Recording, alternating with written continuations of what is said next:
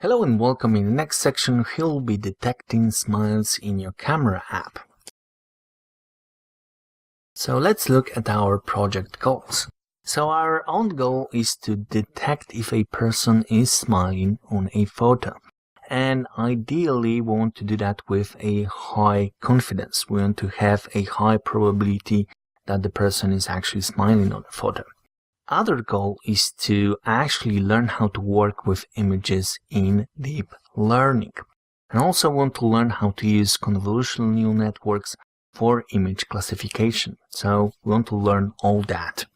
And so what's our plan to get there?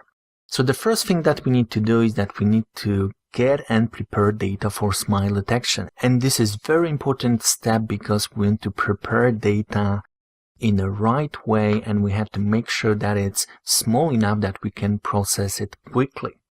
Then after that, we want to learn how to build a convolutional neural network for detecting smiles. And there are many ways of going about it, and we'll learn the basics behind building pretty much every convolutional neural network. Then we want to train and test our model to pick up the best parameters that we can get. And the last step is to detect smiles with our model with totally unseen data, totally new data. And we'll be discussing some of the things in this last step as well, how we can improve the performance of this model.